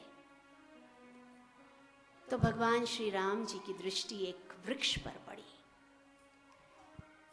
वो वृक्ष बड़ा ही सुंदर था, मजबूत था। लेकिन जैसे जंगल में होता है, कोई माली तो होता नहीं कि फालतू जो लताएं हों उनको उखाड़ के फेंक दे। तो कुछ लताएं उस वृक्ष पर लिपटी लिपटी ऊपर तक पहुंच गई थी और उन लताओं पर पुष्प खिले हुए थे। तो प्रभु श्री राम ने उसकी ओर देखा और सीता मैया से कहा कि देखो वृक्ष कितना सुंदर है, और इस वृक्ष के ऊपर जो लता है वो तो इससे भी ज्यादा सुंदर है। कितने सुंदर सुंदर पुष्प खिले हैं इस पर, तो लता जो है ज्यादा सुंदर है। तब सीता मैया ने कहा कि प्रभु वृक्ष जो है वो ज्यादा सुंदर है, और सुंदर तो दोनों हैं, लेकिन वृक्ष जो है वो ज्यादा भाग्यशाली है। तो प्रभु श्री राम बोले कि क्यों? तो उन्होंने कहा, मैया ने, कि यदि वृक्ष ना होता तो लता कैसे ऊपर चढ़ती, कैसे इसके ऊपर पुष्प खिलते, और किस प्रकार से ये फलती फूलती। तब प्रभु श्री राम ने कहा कि नहीं, जो वृक्ष है ना इससे ज्यादा भाग्यशाली वो लता है। दोनों में मीठी सी तकरार हो गई। तब प्रभु श्री राम बोले कि रुको, लक्ष्मण को आने दो, लक्ष्मण ही निर्णय करेगा इस बात का। जब लक्ष्मण जी आए तो प्रभु श्री राम ने कहा कि लक्ष्मण, हम दोनों में छोटी सी बात को लेकर के तकरार हुई है, अब तुम निर्णय करो। तो लक्ष्मण जी बोले कि क्या तकरार हुई? बोले नहीं, ऐसी कोई गंभीर बात नहीं, क्यों ही? तब प्रभु श्री राम ने कहा कि देखो ये सामने वृक्ष है ना, मैं कहता हूं कि ये जो वृक्ष है इससे भाग्यशाली लता है, और सीता जी कहती हैं कि नहीं, जो वृक्ष है वो ज्यादा भाग्यशाली है। अब सीता मैया समझ गई थी कि प्रभु श्री राम किस दृष्टिकोण से बोल रहे हैं, क्योंकि वृक्ष जो है वो पुरुष है और लता जो है वो स्त्री है। तो प्रभु श्री राम कभी भी कहीं पर भी कोई संवाद होता, वार्ता होती, तो सामने वाले का मान बना रहे, इस प्रकार से ही वार्ता को करते थे। तो अपने जीवन से वो ये सिखाते कि किस प्रकार से हम कहीं पर भी जाएं, कोई बात हो तो हम सामने वाले को मान देते हुए अपनी बात को रखें, और ये जीवन का एक बहुत ही अनमोल गुण है। तब लक्ष्मण जी से पूछा कि लक्ष्मण तुम ही बताओ कि लता ज्यादा भाग्यशाली है कि वृक्ष ज्यादा भाग्यशाली है? लक्ष्मण जी ने सोचा कि अगर मैं कहूंगा कि वृक्ष भाग्यशाली है तो मैया सीता का अपमान हो जाएगा, और अगर मैं कहूंगा कि लता ज्यादा भाग्यशाली है तो वृक्ष ज्यादा भाग्यशाली है, तो फिर प्रभु श्री राम। तो लक्ष्मण जी ने एक घड़ी शांत होकर के फिर कहा कि ना तो लता इतनी भाग्यशाली है और न ही वृक्ष इतना भाग्यशाली है, लेकिन भाग्यशाली तो लक्ष्मण है जो इन दोनों की छत्र छाया में बैठ करके अपने जीवन को धन्य कर रहा है, आनंदित होकर के बिता रहा है। और इस प्रकार से लक्ष्मण जी ने विवाद में पड़ने से अपने को भी बचा लिया, और मैया सीता का भी आदर रखा और प्रभु श्री राम का भी आदर रखा। तो जो व्यक्ति सूझबूझ का धनी होता है वो दूसरों को मान सम्मान देते हुए आगे बढ़ता है। तो इसलिए प्रभु श्री राम तब मंद मंद मुस्कुरा दिए और बोले कि लक्ष्मण तुम भी अपनी जगह सही हो, क्योंकि वास्तविकता है कि वृक्ष का सहारा लेकर के लता ऊपर बढ़ी है, और वृक्ष और लता दोनों की छत्र छाया में तुम बैठे हो। तो आप और हम भी ऐसे ही एक विशाल वटवृक्ष की छत्र छाया में हैं, जो हमारे पूज्य सद्गुरुदेव हैं। और सद्गुरुदेव, जैसे अभी पहले भी मैंने कहा था कि पुरुष जो है वो परमात्मा है और स्त्री जो है प्रकृति है। तो प्रकृति का शरीर पाकर गुरुदेव ने उस परमात्मा स्वरूप में अपनी स्थिति पा ली है, और उनकी ज्ञान की छत्र छाया में आप और हम सब लक्ष्मण की नाई एकदम निश्चिंत हैं, आनंदित हैं और अपने जीवन को सही दिशा की ओर बढ़ाते जा रहे हैं। तो गुरु चरणों में बस यही प्रार्थना है कि गुरुदेव अपनी छत्र छाया सदा हमारे ऊपर इसी प्रकार से बनाए रखना, हम सबको अपने श्री चरणों की शरण में रखना। तो इसीलिए कहते हैं कि संत लोग कई बार कहते हैं कि प्रभु कहते हैं कि मैं संतन को दास, संत मेरे मुकुट मणि।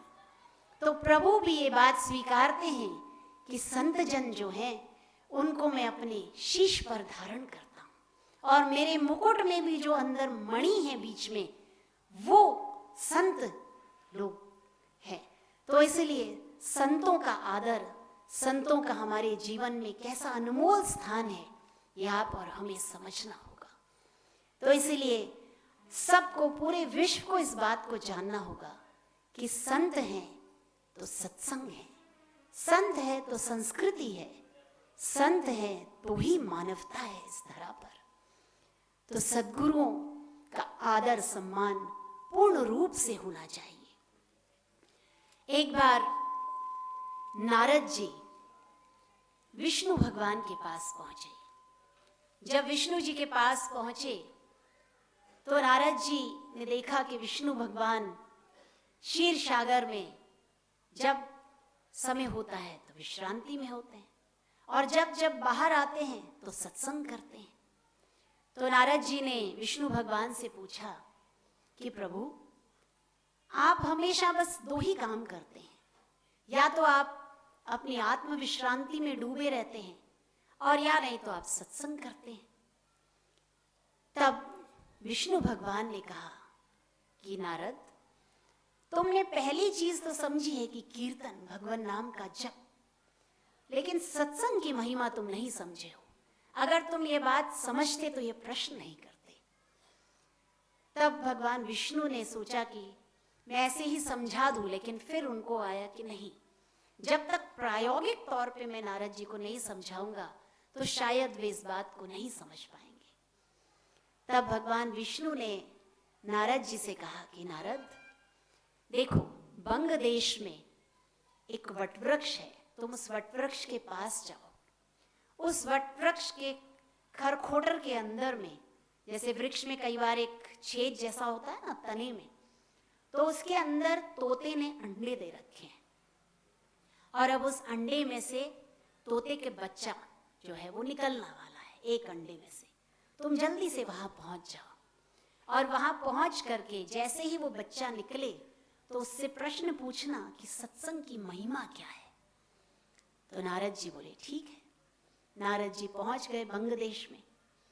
अब नारद जी को कहाँ देर लगती, वो तो आकाश में विचरण करते, आकाश मार्ग से तुरंत पहुंच गए। वहां जाकर के जैसे ही उन्होंने उस वटवृक्ष के तने के अंदर जो खोखली जगह थी उसके अंदर झांक करके देखा तो सच में तोते के अंडे थे, और जैसे ही नारद जी ने देखा तुरंत एक अंडा फूटा और उसमें से एक नवजात बच्चा निकला। और जैसे ही वो बच्चा निकला, नारद जी ने पूछा कि सत्संग की महिमा क्या है। अब नारद जी ने सत्य बोला, और सत्य सुनते के साथ वो जो छोटा सा बच्चा अंडे में से बाहर निकला था, उसकी गर्दन झुक गई और उसका स्वर्गवास हो गया। नारद जी तो एकदम से घबरा गए कि आखिर ये क्या हुआ। दौड़े दौड़े पहुंचे विष्णु भगवान के पास, और विष्णु भगवान को कहा कि आपने क्या किया प्रभु। मैंने तो जैसे ही सत्य बोला, सत्संग पूरा भी नहीं बोला था, कि उतना सुनते के साथ वो जो अंडे में से निकला था बच्चा, उसकी तो गर्दन ही झुक गई और उसका तो राम नाम सत्य हो गया। विष्णु भगवान बोले अच्छा ठीक है, तुम डरो नहीं, चिंता मत करो। अब तुम बंग देश में जाओ, उसी वटवृक्ष के दाएं ओर एक अहीर का झोपड़ा है, और उसी के पास में उस अहीर की गैया है, और वो जो गैया है ना, उसने एक बछड़े को जन्म दिया है। तुम जाओ उस बछड़े से पूछना कि सत्संग की महिमा क्या। तो ये नारद जी वहां पहुंचे, देखा कि सच में एक छोटा सा नवजात बछड़ा है। इन्होंने बछड़े के पास जाके उसके कान के पास सत्संग बोला। इतना सुनते के साथ वो जो बछड़ा था उसकी तो आंखें ऊपर चढ़ गई, गर्दन लटक गई और उसका भी स्वर्गवास हो गया। अब तो नारद जी घबराए कि कहीं अहीर आ गया बाहर तो अभी मुझे अच्छे से पिटाई कर देगा। तुरंत वहां से 9-2-11 हो गए, दौड़ पड़े, पहुंचे विष्णु भगवान के पास। बोले प्रभु ये क्या कर रहे हो आप, सत्संग की महिमा पूछने भेजते हो, मैं तो सत ही बोल पाता हूं, इतने में तो राम नाम सत्य हो जाता है। तो विष्णु जी मुस्कुरा दिए, बोले देखो नारद, अब तुम जाना बंग देश के राजा के महल में, वहां राजा के यहाँ एक छोटा सा राजकुमार जन्मा है और उस राजकुमार से पूछना कि सत्संग की महिमा क्या है। नारद जी बोले अरे प्रभु आपने तो आज लगता है सोच रखा है मुझे पिटवाने का, मैं तो नहीं जाऊंगा, वहां से तो बच के आ गया राजा, उसके पास तो पूरी राज सत्ता है, वो तो मुझे मृत्यु दंड दे देगा, मैं नहीं जाऊंगा। तो विष्णु जी ने उत्साहित किया, बोले नहीं नहीं चिंता मत कर, ऐसा नहीं होगा। बोले नहीं नहीं 2 तो मर गए। बोले नहीं वो नहीं मरेगा, तू जा, तू हिम्मत करके जा। नारद जी आज्ञा मान के पहुंचे, फिर से राजमहल में पहुंचे। अभी तो राजकुमार का जन्म ही हुआ था, किसी को भी नहीं पता था, केवल राजा को पता था, रानी को पता था, दाई को पता था। और नारद जी पहुंचे, बोले महाराज आपके यहाँ राजकुमार का जन्म हुआ है। राजा ने तो हाथ जोड़े, अरे महाराज आप तो बड़े अंतर्यामी हैं, अभी तो किसी को भी नहीं मालूम। अंदर अंदर नारद जी सोचने लगे जो अंतर्यामी उन्होंने ही तो बता के भेजा है मुझे तुम्हारे यहाँ पर, और अंदर अंदर डर भी लग रहा कि अब मैं बोलूंगा सत्संग की महिमा और फिर ऐसा हो गया तो फिर क्या होगा। पहुंचे, अब उन्होंने, मन जो होता है ना बड़ा चालाक होता है, तुरंत अपने बचाव का मार्ग खोजने लगा और उन्होंने राजा से कहा कि देखो मुझे राजा उस राजकुमार के दर्शन करने हैं। तो राजा बोले कि दर्शन क्यों महाराज, आप तो उसे आशीर्वाद भी दीजिए। तो बोले कि लेकिन एक ऐसे कमरे में रखो राजकुमार को जिसके 2 दरवाजे हों, ताकि मन मन में सोचने लगे एक से मैं प्रवेश करूंगा, राजकुमार से प्रश्न पूछूंगा, कुछ भी होगा तो दूसरे दरवाजे से तुरंत 9-2-11 हो जाऊंगा। तो राजा बोले जी, और फिर नारद जी बोले लेकिन मैं अकेला ही रहूंगा अंदर, दूसरा कोई नहीं आना चाहिए मेरे साथ में। अब राजा ने सोचा कि संतों की तो बात कैसी होती है, ज्यों केले के पात में पात पात में पात, त्यों संतन की बात में बात बात में बात। तो राजा ने सोचा ठीक है। बोले जी, अब जैसे ही राजकुमार को एक कमरे में रख दिया गया, उसके 2 दरवाजे थे, नारद जी अंदर गए, दाएं देखे बाएं देखे, कोई साथ तो नहीं आ गया पीछे पीछे, और जाकर राजकुमार को देखा। अब ये कुछ बोलते उससे पहले ही राजकुमार बोल पड़ा, बोलिए महाराज। अब तो हक्के बक्के रह गए। फिर इन्होंने कहा कि राजकुमार सत्संग की महिमा क्या। तो राजकुमार हंस पड़ा, बोले अभी तक आपको सत्संग की महिमा समझ में नहीं आई क्या। तो नारद जी बोले नहीं। तब उस राजकुमार ने कहा कि जो तोते के अंडे में से छोटा सा बच्चा पैदा हुआ था वो मैं ही था। जैसे ही आपने सत्य बोला तुरंत उस योनि से मेरा छुटकारा हो गया और ऊंची गति हुई। और उसके बाद जब आप अहीर के घर गए थे और उस बछड़े के कान में आपने सत्य बोला तो वो बछड़ा मैं ही था जो तोते में से बछड़ा बना था। और अब देखो केवल सत्य शब्द सुनने मात्र से मैं राजा के घर में जन्म गया हूँ, राजकुमार हो गया हूँ। जन्मते ही इतनी धन संपत्ति मान सम्मान का मैं अधिकारी हो गया हूँ। केवल सत्य शब्द का ये प्रभाव है। तो जो सत्संग श्रवण करता है तो उसको ब्रह्मज्ञानी सद्गुरु मिल जाए, उनकी शरण में वो सत्संग का श्रवण करे तो उसका मोक्ष हो जाए, इसमें क्या आश्चर्य होगा।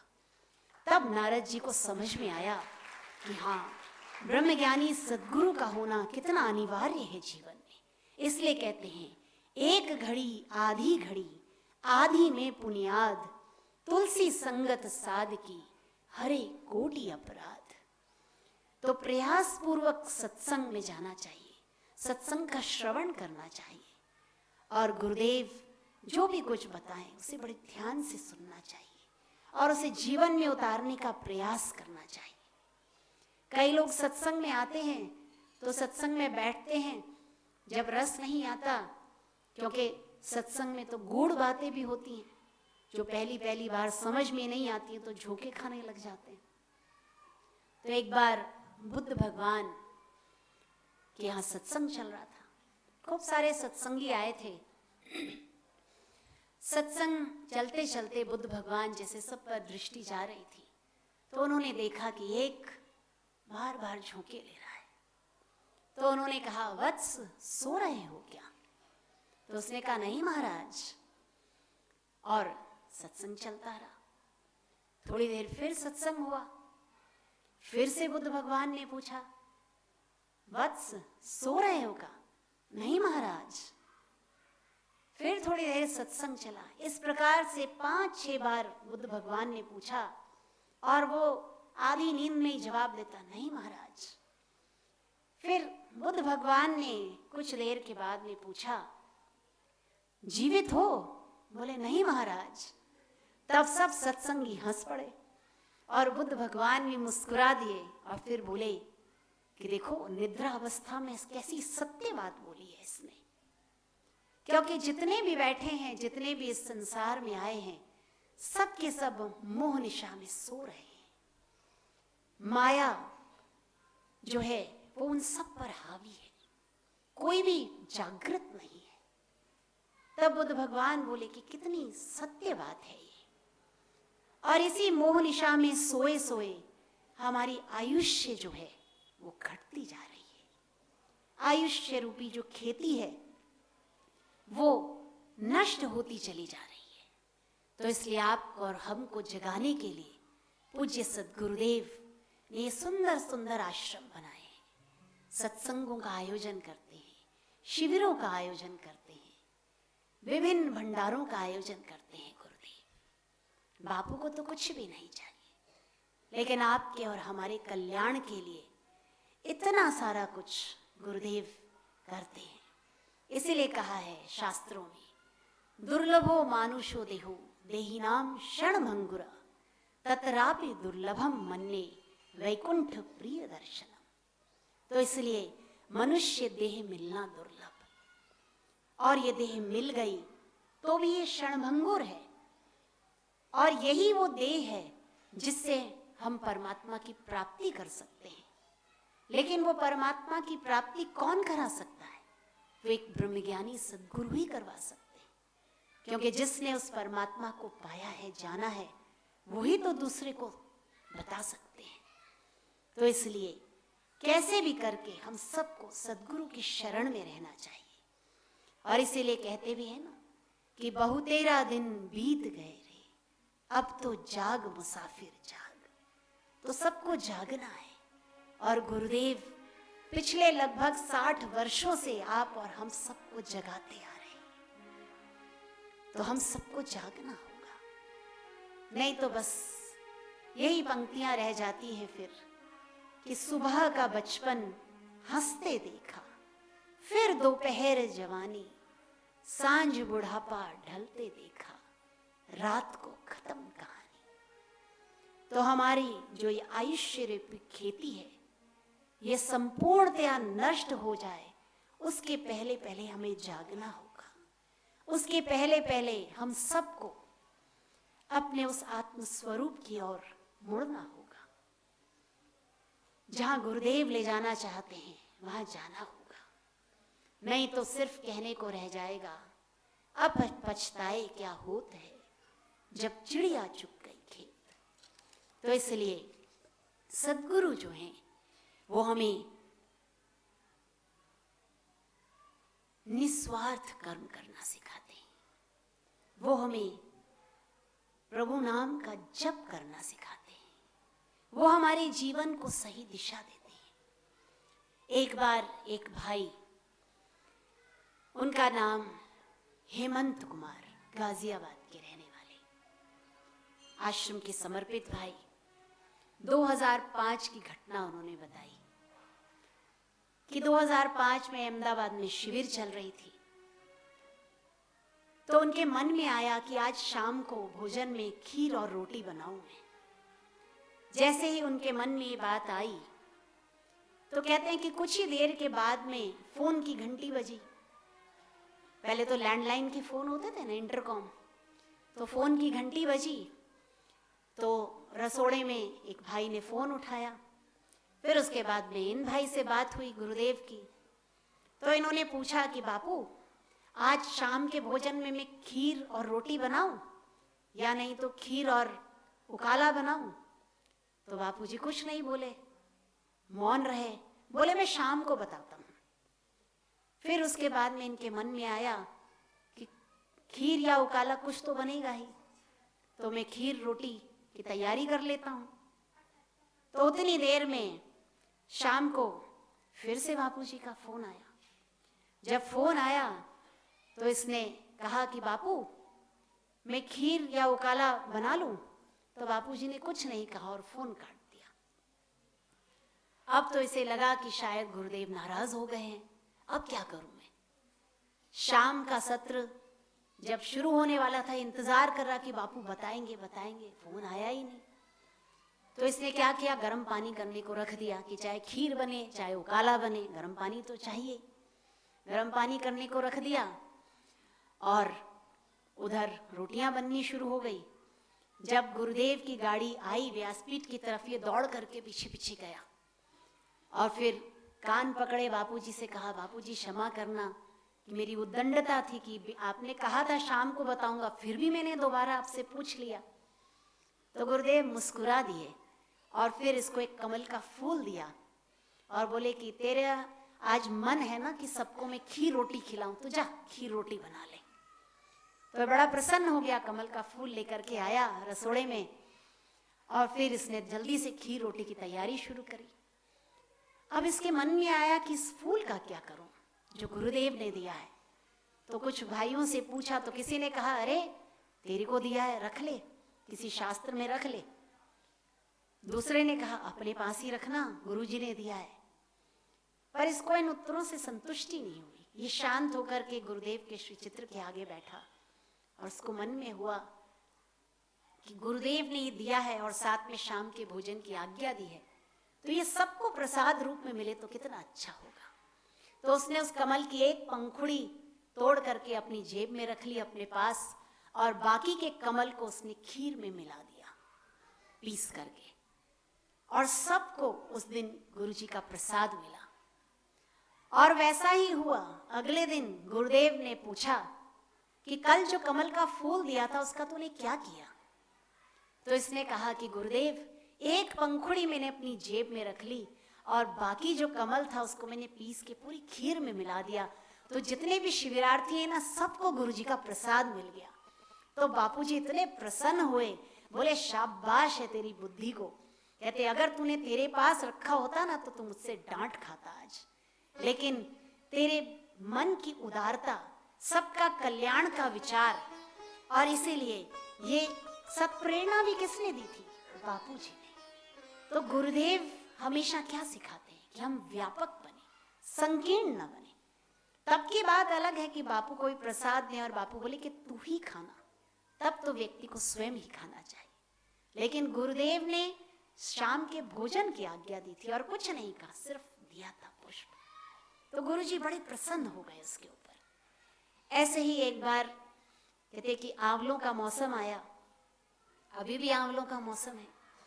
तो गुरुदेव ने कहा इन्हीं भाई को कि तुम आंवले की चटनी बनाना और जितने भी शिविरार्थी आए हैं ना सबको भोजन में आंवले की चटनी दिया करना। और बापू ने पूरी विधि बताई कि किस प्रकार से किस अनुपात में चीजें लेकर के आंवले की चटनी बनानी है। तो इस भाई ने चटनी बनाई, बड़ी स्वादिष्ट चटनी बनी। इन लोगों ने अपने आप ही निर्णय ले लिया कि सबको 50-50 ग्राम दिया करेंगे, तो सबको 50-50 ग्राम देने लगे।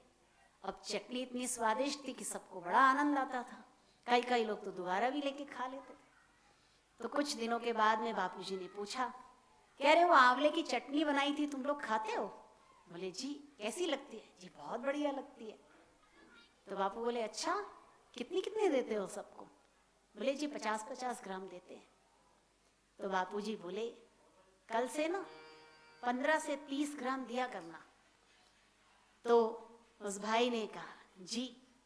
फिर बापूजी बोले कि स्वादिष्ट चीज जो दी है वो जिह्वा की लोलुपता बढ़ाने के लिए नहीं दी है, उसकी गुण ग्राह्यता है इसलिए दी है। तो जितनी मात्रा में शरीर को आवश्यकता है उतनी ही मात्रा में उसका सेवन करना चाहिए।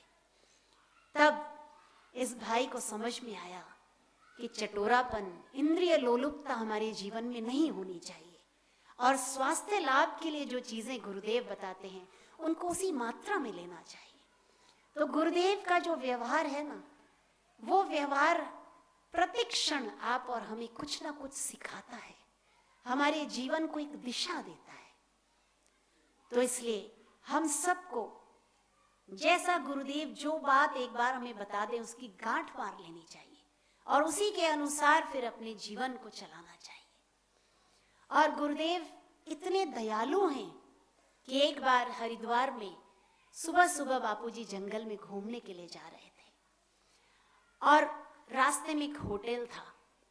तो होटल का मालिक जो था वो झाड़ू बुहारी लगवा करके सफाई करवा रहा था होटल में। तो उसी झाड़ू के कचरे में आड़ू जो फल होता है ना, आलू बुखारा और आड़ू, तो आड़ू के 2-3 फल उस कचरे में लुढ़कते हुए बाहर गिरे।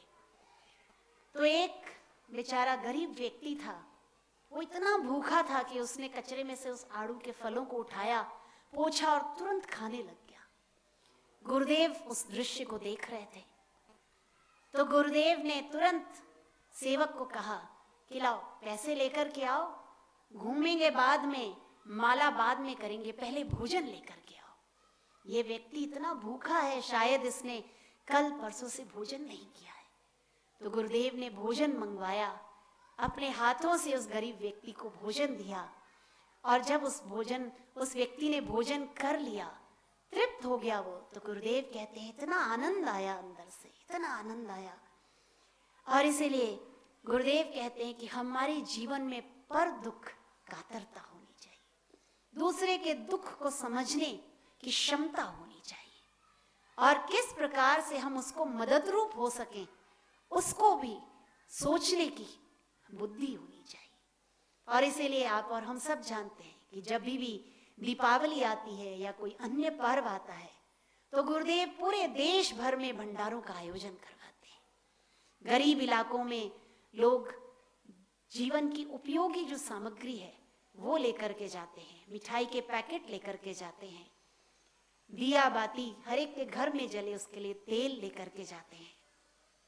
और आजकल तो गुरुदेव गरीब लोग बीमार न पड़े, शायद उनके पास इतने पैसे ना हो, इसलिए गुरुदेव कहते हैं कि उनके घरों से एल्युमिनियम के जो बर्तन हैं उन्हें निकाल करके लाओ और वहां पर स्टील की देगची, स्टील की थाली, स्टील के बर्तन लेकर के आओ। कैसा करुणामय हृदय है गुरुदेव का। और बापू बताते हैं कि दादा गुरु ने जब एक बार रास्ते में जाते हुए देखा कि एल्युमिनियम के कुछ बर्तन पड़े हैं तो दादा गुरु ने स्वयं एक खड्डा खोदा और उन एल्युमिनियम के बर्तनों को खड्डे में गाड़ दिया कि कोई गरीब व्यक्ति भी इनको उठा करके उपयोग ना कर ले। तो एल्युमिनियम से सब लोगों को बचाते हैं गुरुदेव, क्योंकि एल्युमिनियम वो धातु है, आप सब ने देखा होगा कि जब चम्मच उसमें चलाई जाती है तो काला काला उसमें से निकलना शुरू हो जाता है। वो इतनी नरम धातु है कि घिस करके हमारे भोजन में मिल जाती है।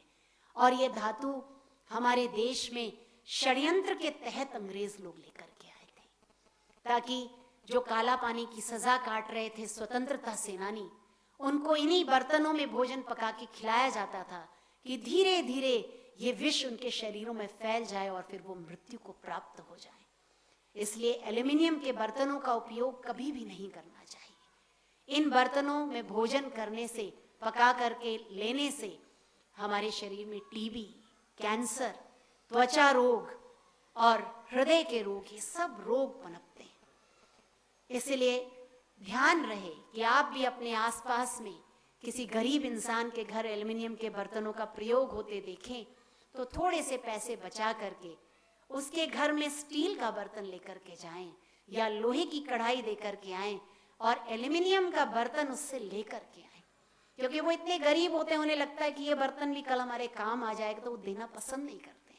क्योंकि एक बार गोविंदा में भंडारे थे, हम लोग गए थे कि घर घर में जाकर के हम वहां से बर्तनों को जब मांग करके ला रहे थे तो कई लोग छुपा लेते थे कि अब एक बर्तन है, कल हमारे घर में 2 बर्तन हो जाएंगे। तो कैसा करुणामय हृदय है गुरुदेव का, हर किसी का मंगल चाहते हैं, हर किसी के जीवन में आनंद खुशियां चाहते हैं। इसलिए गुरुदेव कहते हैं कि सदैव सम और प्रसन्न रहना ईश्वर की सर्वोपरि भक्ति है। और आप और हमको गुरुदेव ने एक सेतु बनाया है गुरुदेव और समाज के बीच में। जितने भी सेवाधारी हैं ये सब गुरुदेव के हनुमान जी तो हैं, आप सब। तो आप सबका भी दायित्व है कि हर जगह जहां पर भी कुछ ऐसा दिखे तो आप लोग स्वयं सेवा खोज लें। हम सब मिलकर के ऐसी सेवाएं खोज करके उन सेवाओं में लग जाएं, ताकि भारत को जो विश्व गुरु बनाने का स्वप्न है गुरुदेव का, वो शीघ्र अतिशीघ्र साकार रूप ले। तो आप और हमें हमारे जीवन को ईश्वरमय बनाना चाहिए, प्रभुमय बनाना चाहिए। और उसके लिए जैसा गुरुदेव ने हम सबको सिखाया है कि हम जो दीक्षा दी है उसके नियमों का पालन करें, भगवान नाम का जप करें और साथ में हम गुरु चरणों में अपनी प्रीति को बढ़ाते जाएं।